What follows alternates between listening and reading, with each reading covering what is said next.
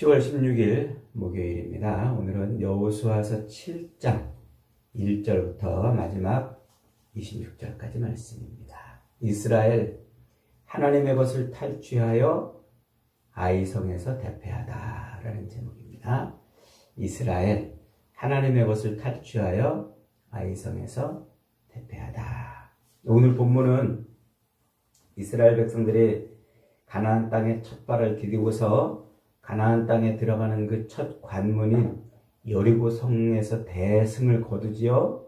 그리고서는 이제 그 다음 관문인 아이성으로 올라가는 장면이에요. 그런데 아이성에 올라가 가지고 그들이 대패를 하고 내려와요.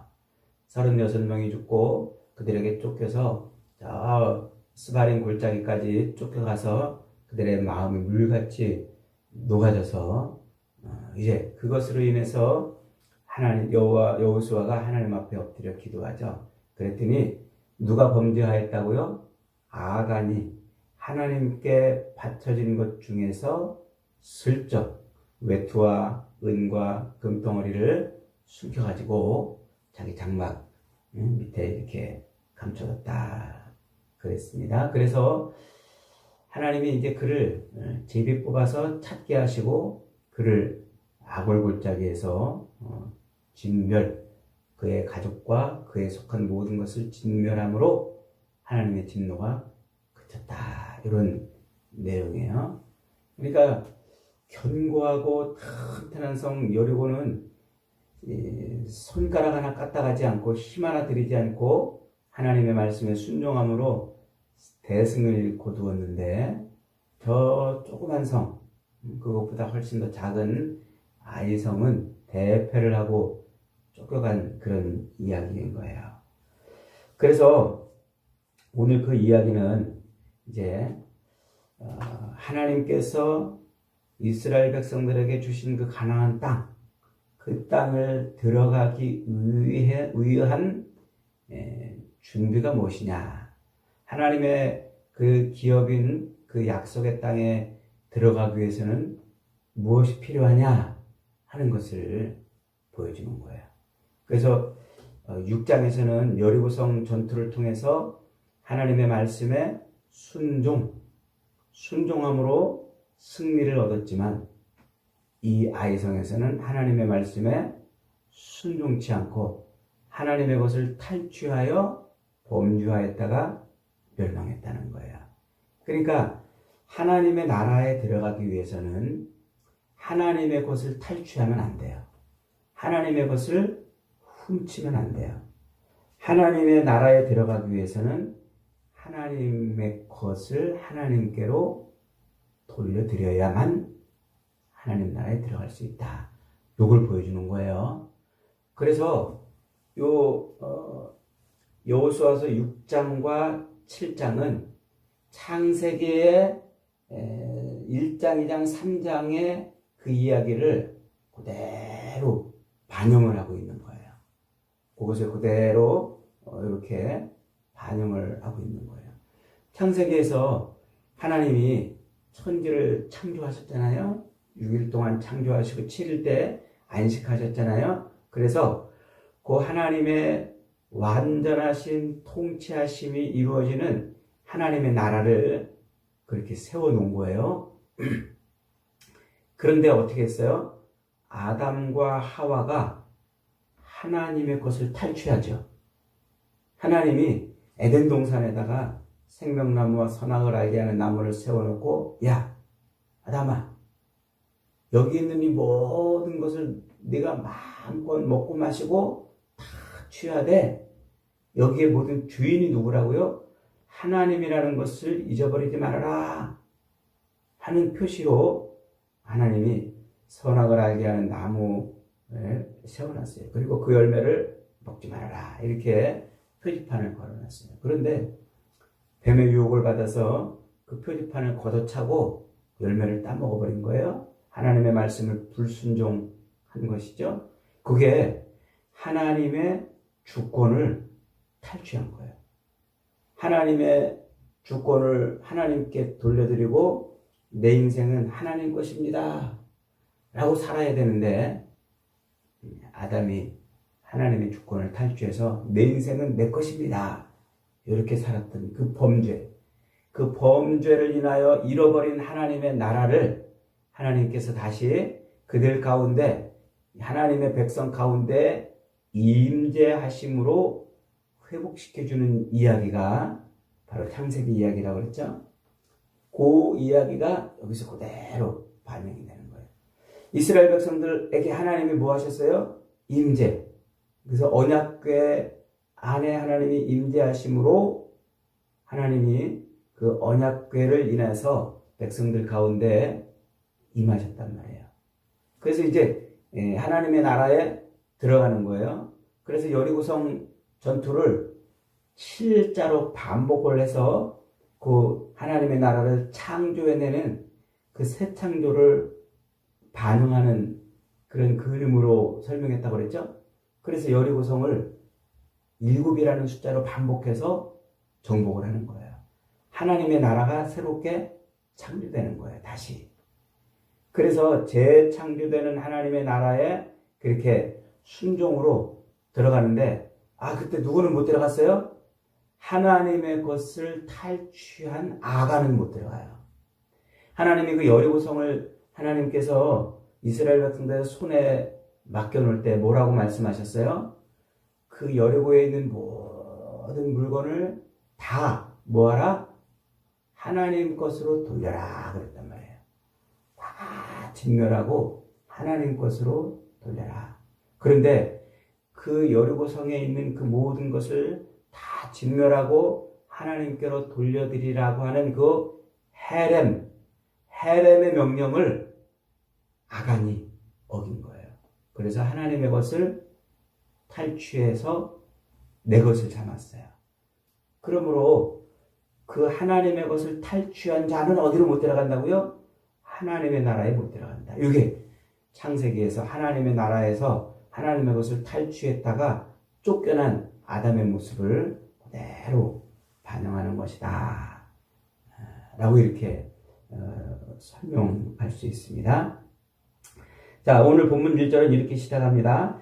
이스라엘 자손들이 온전히 바친 물건으로 말미암아 범죄하였으니 여호와께서 이스라엘 자손에게 진노하시니라.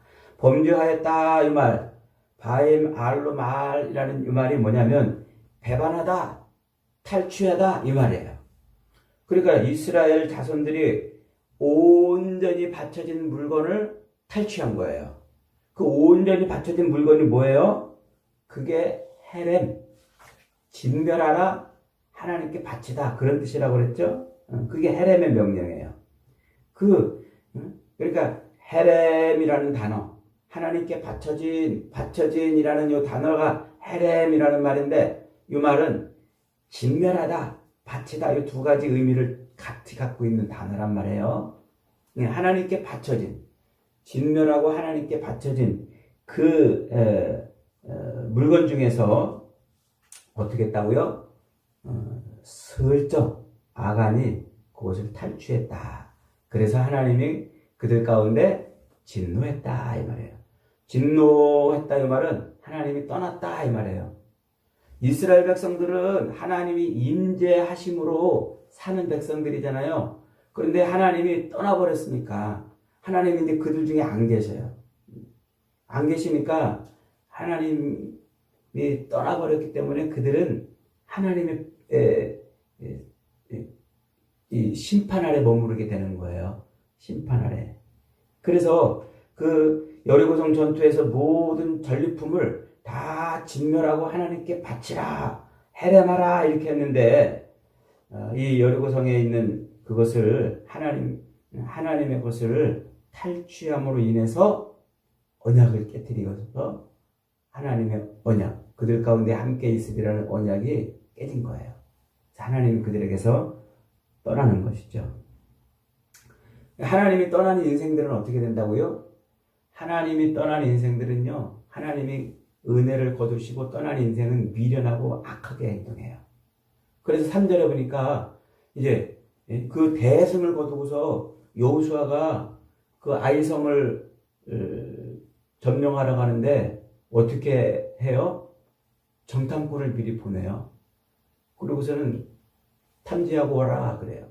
그러니까 정탐꾼도 가가지고 거길 쫙 보니까 아유 아이성은 별거 아니거든요. 작은 성이거든요. 그러니까 여호수아에게 와가지고 그래요. 아유 여호수아님 저 아이성은 뭐 대단한 성 아닙니까? 우리가 다 같이 갈 필요도 없습니다. 그저 한 2, 3천 명만 올라가도 충분히 우리가 이길 수 있습니다. 이렇게 보고를 해요. 그래서 여호수아가 3천 명을 올려보내요. 그런데 대패를 해버렸어요. 그게 뭐예요? 그게 하나님이 떠나니까 인간은 지혜도 없고 미련하고 악한 삶을 살게 되는 거예요. 그래서 하나님을 떠난 인생은 자기 힘과 자기 능력과 자기 것으로 뭔가를 해보려고 사는 그런 존재일 수밖에 없다는 거예요. 그 결과는 뭐예요? 대패한다는 것이죠. 하나님이 떠나면 하나님의 것을 탈취함으로 말미암아 하나님이 떠나는 인생은 그렇게 패배하고 진멸당하는 그런 삶을 살 수밖에 없는 겁니다. 그것으로 인해서 전쟁의 결과는 비참해졌죠. 그래서 이제 여호수아가 하나님 앞에 엎드려요. 옷을 찢고 하나님 앞에 엎드려서 티끌을 뒤집어 쓰고 그렇게 하나님 앞에 기도합니다. 그러면서 하나님 우리를 그렇게 요단을 건너오게 하시고 여기까지 오게 했는데 이 아무리 사람들의 손에 우리를 맡겨서 우리가 이렇게 우리 이름이 이제 땅에 떨어졌나이다. 이 하나님의 이름이 땅에 떨어지는데 도대체 어찌하시려고 그럽니까? 이렇게 기도해요. 이 여호수아의 기도는 단순한 원망이 아니라 하나님의 이름이 이방 가운데서 욕됨을 받는 것에 대한 거룩한 탄식이었어요. 그러자 하나님이 응답하시죠. 너희 중에 내 것을 탈취하여 나의 언약을 깨트린 자가 있다. 그래요. 하나님의 것을 탈취하면 그게 뭐라고요? 하나님과의 언약을 깨트리는 행위란 말이에요. 그래서 이스라엘의 범죄는 하나님의 언약을 파기한 범죄예요. 단순한 도둑질이 아니에요. 윤리적으로 도덕적으로 남의 물건 하나 훔친 도둑질로 한 게 아니라 하나님의 언약을 깨트리는 범죄가 된다 이 말이에요. 그래서 12절에 그 온전히 바친 물건을 너희 중에서 멸하지 아니하면 내가 다시는 너희와 함께 있지 아니하리라. 워드 플레이를 하고 있는 거예요. 온전히 바친 하나님께 온전히 바쳐진 헤렘한 그 물건을 다시 바치지 않으면 멸한다 이 말이 다시 또 헤렘한다는 말이에요. 다시 바치지 않으면 내가 너희와 함께 있지 않으리라. 임마누엘 하지 않으리라. 그 말이에요. 임마누엘 하지 않으리라. 그러니까 하나님의 것을 탈취하면 하나님이 그들 가운데 함께하지 않는 하나님께서 그들 가운데 함께하시겠다는 언약이 깨짐으로 말미암아 그들 가운데 함께하지 않는 일이 벌어지는 거예요. 결국 하나님은 여호수아에게 제비뽑기를 통해서 아간을 찾아내게 하시고 아간이 탈취한 물건을 이제 다시 진멸하죠. 아간과 그의 가족들과 그에게 속한 모든 물건을 다 진멸, 헤렘, 하나님께 다시 바치는 행위예요. 그게 헤렘, 진멸함으로 하나님의 진노가 그쳤어요. 즉 떠나갔던 하나님이 다시 오시는 거예요. 자, 그런데 재미있게도요. 아간이 이제 제비 뽑혀가지고 이제 하나님 앞에 나오게 되는데 장면이 바로 창세기 3장에서 하나님의 낯을 피하여 숨었던 아담과 하와를 찾아내는 장면하고 똑같아요. 그러니까 범죄하여 숨어있는 자를 하나님이 반드시 찾아내서 진멸하는 그런 일을 하시죠.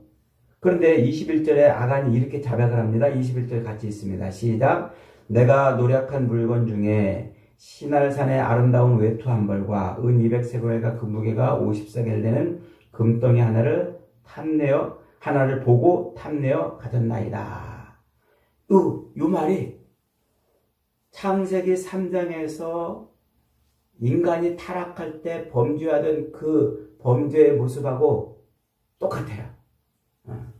창세기 3장 6절에서 여자가 그 나무를 본즉 보았죠? 본즉 보암직도 하고 지혜롭게 할 만큼 탐스럽기도 했다 그랬어요. 그래서 열매를 따먹고 자기 남편에게도 주어 먹었다 그랬어요. 그 창세기 3장 6절에서 이 아담과 하와가 타락할 때 그때 반복되는 단어가 뭐냐면 보고 탐하고 취했다 이 말이에요. 보고 탐해서 내 것으로 만들었다 이 말이에요. 아간도 똑같이 지금 고백하고 있잖아요. 그 외투와 금덩어리 은덩어리를 보고 탐해서 내 것으로 취했다. 이게 인간의 범죄의 똑같은 패턴이란 말이에요. 눈으로 보고 저거 내 것으로 만들고 싶어. 그래서 탐하고 그리고 결국은 그 욕망을 이기지 못해서 내 것으로 취해내는 이게 범죄의 패턴이에요. 지금 창세기 3장의 이 아담의 범죄의 패턴이 여기서 그대로 재현되고 있는 거예요. 그래서 하나님 나라를 잃어버리는, 둘 다 똑같이 하나님 나라를 잃어버리는, 즉 하나님의 임마누엘이 취소가 되는 그런 상태로 이제 들어가게 되죠. 자, 그런데 재미있게도요, 이 아간이 뭘 취했어요? 신할의 아름다운 외투 한 벌을 취했다 그러죠. 겉옷을 취한 거예요. 왜 그 겉옷을 취했어요? 그걸 입으면 좀 폼날 것 같거든요. 그 아름다운 옷을 입으면 자기가 좀 폼나고 잘나 보일 것 같거든요. 다른 사람들 앞에 괜찮은 자기 모습을 보일 수 있는 것 같거든요. 그게 외투예요. 그게 겉옷이에요. 그 옷이 그렇게 자기를 자기의 그 부족함을 가리고 자기를 포장해서 아름답게 드러내게 하는 그런 것이란 말이에요. 아담이 범죄한 다음에 자기의 부끄러움을 가리려고 뭐 했어요? 나뭇잎으로 옷을 입었잖아요. 이게 지금 아간의 범죄가 똑같은 거예요. 그러자 하나님께서 어떻게 했어요? 그 나뭇잎 옷을 벗겨내고 그들에게 가죽 옷을 입혀서 그들을 회복시켜 주십니다. 요 아간이 이렇게 외투를 자기를 자랑하고 드러내고 뽐내고 과시하려고 겉옷을 취했는데 하나님은 그것을 벗겨내버리세요. 벗겨내버리시고 그리고 그를 하나님께로 헤렘 돌리게 하심으로 이스라엘 백성들의 죄를 용서해 주시는 요 구원의 그림이 만들어지고 있는 것입니다. 그래서 바로 이 본문은 예수 그리스도를 통해서 우리를 구원하시는, 즉 하나님의 나라에 들어가는 백성의 모습을 그려주고 있는 거예요.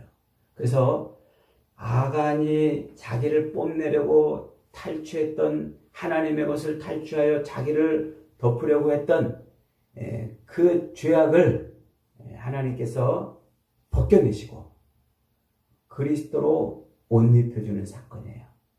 하나님의 긍휼과 은혜를 덮어주신단 말이에요. 그래서 예수 그리스도로 옷 입는 그런 사건을 이제 여기서 예표하고 있는 거예요. 그래서 창세기 3장에서 하나님은 범죄한 인간에게 가죽옷을 지어 입히심으로 하나님의 구원이 그들에게 임하죠. 구원이 임하는 옷을 입혀주는 사건이 예수 그리스도의 사건이란 말이에요. 그래서 성경 요한계시록 마지막 19장 9절에서 하나님은 자기 백성들에게 뭐를 입혀주십니까? 그에게 빛나고 깨끗한 세마포 옷을 입도록 허락하셨으니 이 세마포 옷은 성도들의 옳은 행실이라. 그 세마포가 뭐예요? 그게 어린 양의 피에 빨아낸 옷이란 말이에요.